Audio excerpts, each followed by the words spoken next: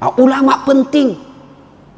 Ibu-ibu saya tanya, pernah selama Bapak Ibu jadi penduduk Gunung Merapi, pernah ndak ada kepala dinas kesehatan datang menjelaskan tata cara wudhu? Ada? Pernah ada gubernur yang datang di sini masjid tak menjelaskan syarat-syarat syarat sahnya sholat? Pernah?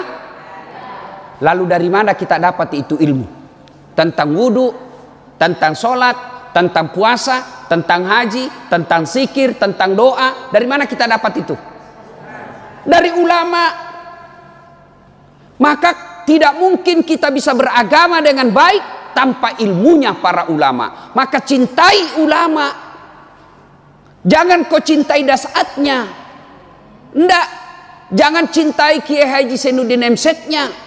Jangan cintai guru kita Sanusi Baco dirinya, tidak. Tapi apa yang kita cinta dan kita hormati? Ilmunya.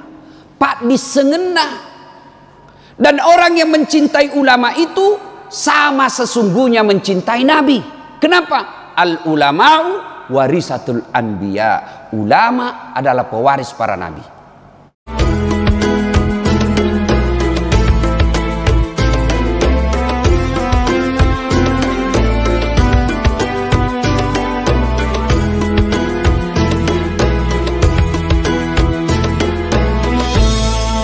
Hai orang-orang yang beriman, masuklah engkau ke dalam Islam secara sempurna, bukan Islam pencitraan, bukan Islam pilwali. Ini dekat-dekat lagi pilwali, calon-calon biasanya penampilannya kalah ustad, pakai sorban, pakai gamis, luar biasa. Islam pencitraan, jangan Islam seperti itu. Islamlah secara benar. Wala tattabi'u khutuwatis syaitan, dan janganlah engkau ikuti langkah-langkah setan, karena sesungguhnya setan itu musuh yang nyata bagi kalian.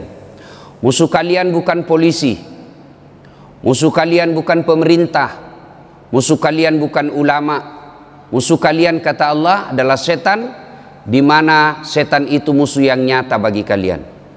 Dan pada saat seperti ini kita dalam masjid, jangan pikir tidak ada setan yang berkeliaran di tempat kita ini. Nah, ibu bapak, saudara-saudara sekalian, Pak Ismu, Ketua Takmir Masjid Nurul Majid Gumer, Gunung Merapi, yang insya Allah dimuliakan dan dirahmati oleh Allah Subhanahu wa Ta'ala. Dunia ini ibarat taman, dan dia akan bagus kelihatan. Taman ini akan cantik kelihatan kalau ada bunganya.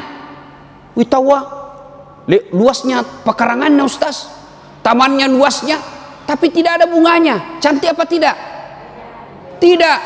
Luas tamannya Ustaz, 1 hektar pekarangan rumahnya, tapi tidak ada bunganya, gersang, tidak ada rumput sama sekali. Bagus atau tidak?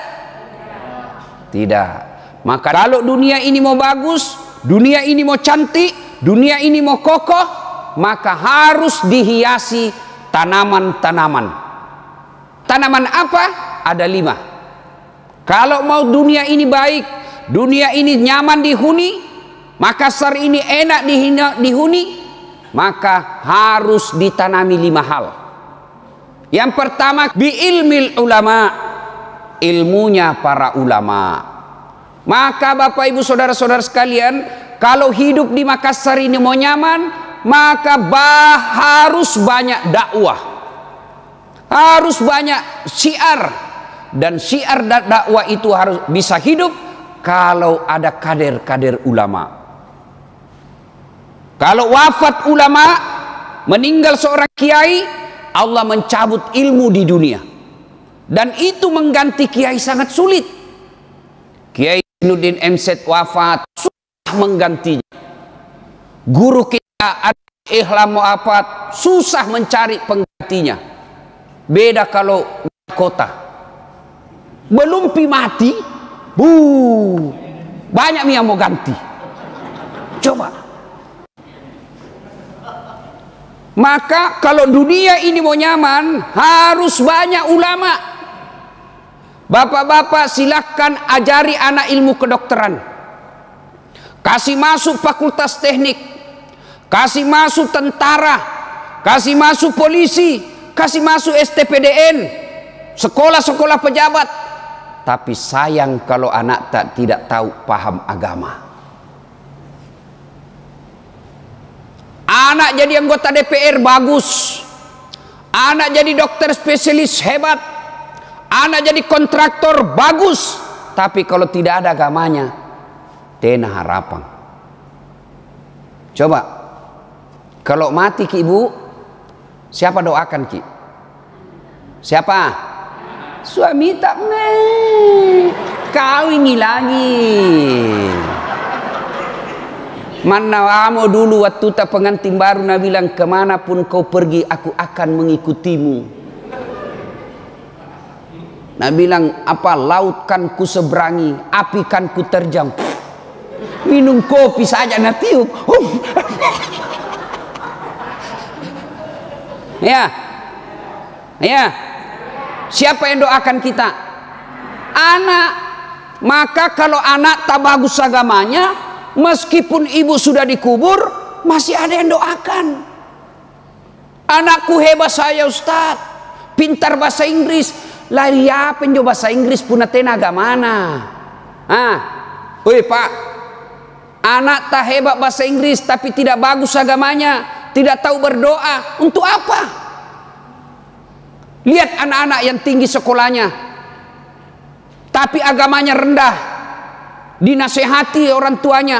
Bayangkan dijualkan ruko, warisan dari neneknya, nah jual rukonya bapaknya, pergi ke sekolah ke Australia nak.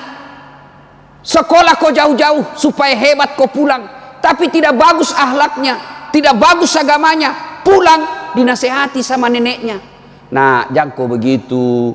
Tidak bagus itu anak gadis keluar malam-malam sama cowok yang bukan suaminya. Apa Nabi bilang cucunya? Nah anak yang dikasih kalau keluar negeri dijualkan ruko. Apa Nabi bilang? Apa tong kita tahu nek? Bayangkan, datang bapaknya, jangan kau kasih begitu nenekmu. Kita iya Pak. Apa kita tahu? Kampungan ini bapakku. Apa? Ngapain? Jarako. Sekolah itu anakmu tidak ada agamanya. Berdoa anak tak nanti kalau meninggal, pintar bahasa Inggris sih berdoa. Hei, kira-kira kalau berdoa ya anak tak itu yang kursus bahasa Inggris, yang nak bayar 300.000 satu bulan, berdoa bahasa Inggris sih berdoa. Oh my God, please help me my mother. Talekang. Maka itu semua bisa kita dapat kalau ada kader ulama. Maka masjid sebaiknya satu masjid ada kader ulama di masjid itu. Setiap masjid mestinya ada penceramah yang tinggal di situ. Ada tetangga kita yang paham agama, meskipun sedikit saja pesertanya. Selesai salat subuh seperti ini, bikin tablik, bikin pengajian, meskipun cuma 2, 3, 4 orang yang hadir.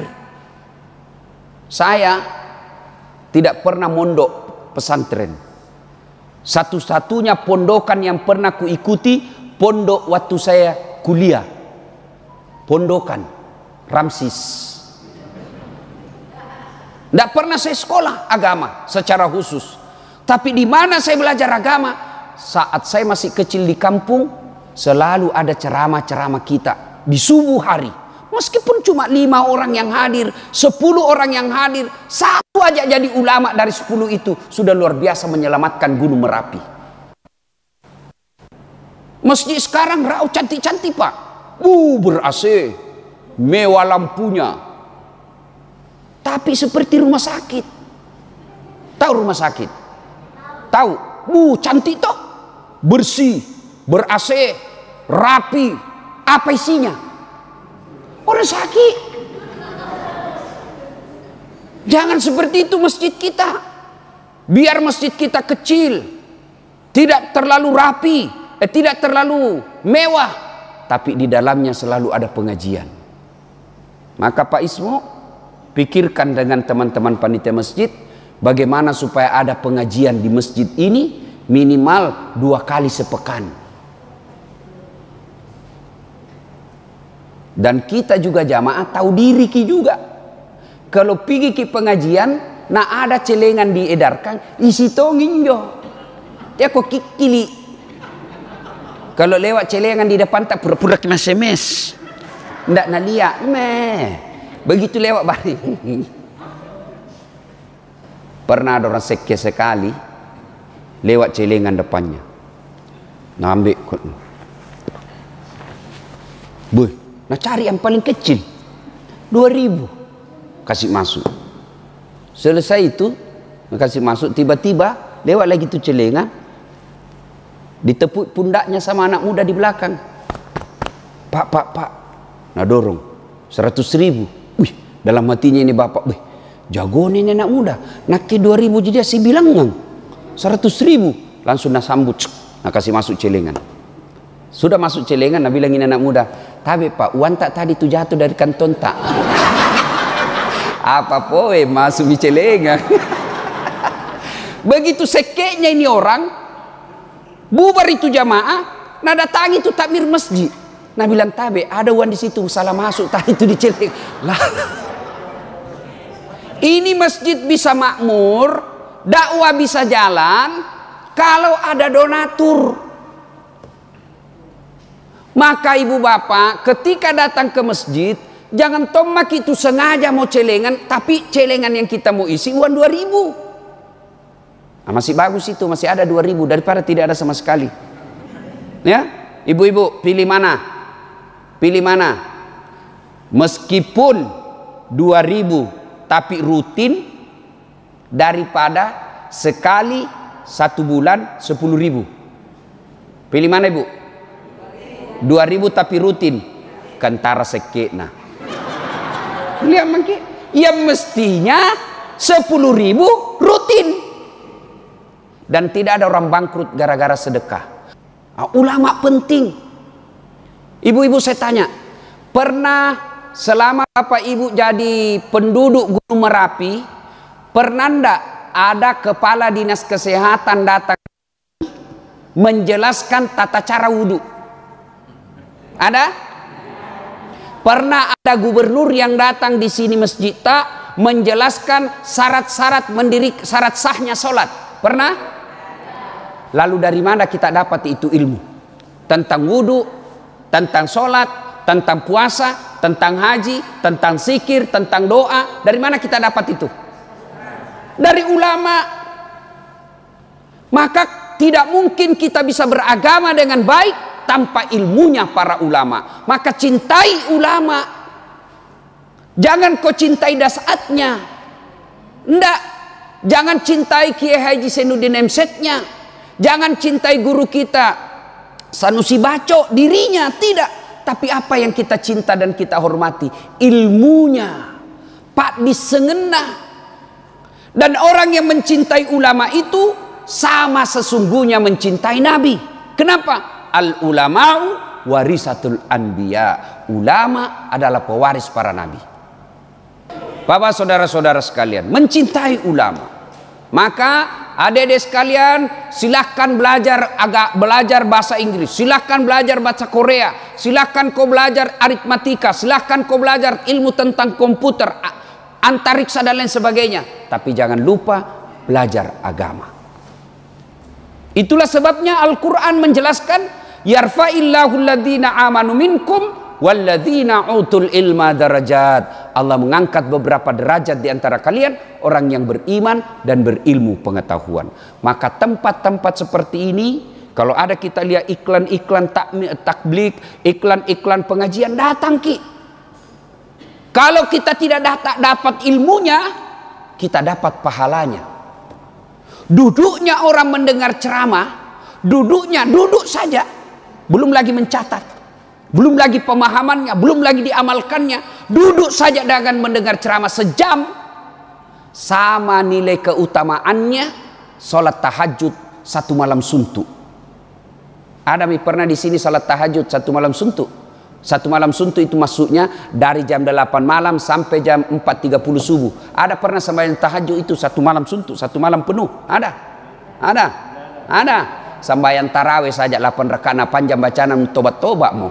Nah karena dia tali kanan joi mah tena mau tidak mau lagi pidi gumer. Ya. Nah ibu-ibu saudara-saudara sekalian, maka ketika ada takmir-takmir seperti ini, datanglah.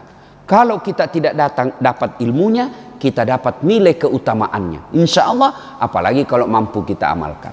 Nah ibu bapak saudara-saudara sekalian, karena waktu yang sangat terbatas, satu mau dulu. Sebenarnya masih ada 4. Insya Allah mudah-mudahan umur panjang kita lanjutkan lagi pada sesi yang akan datang.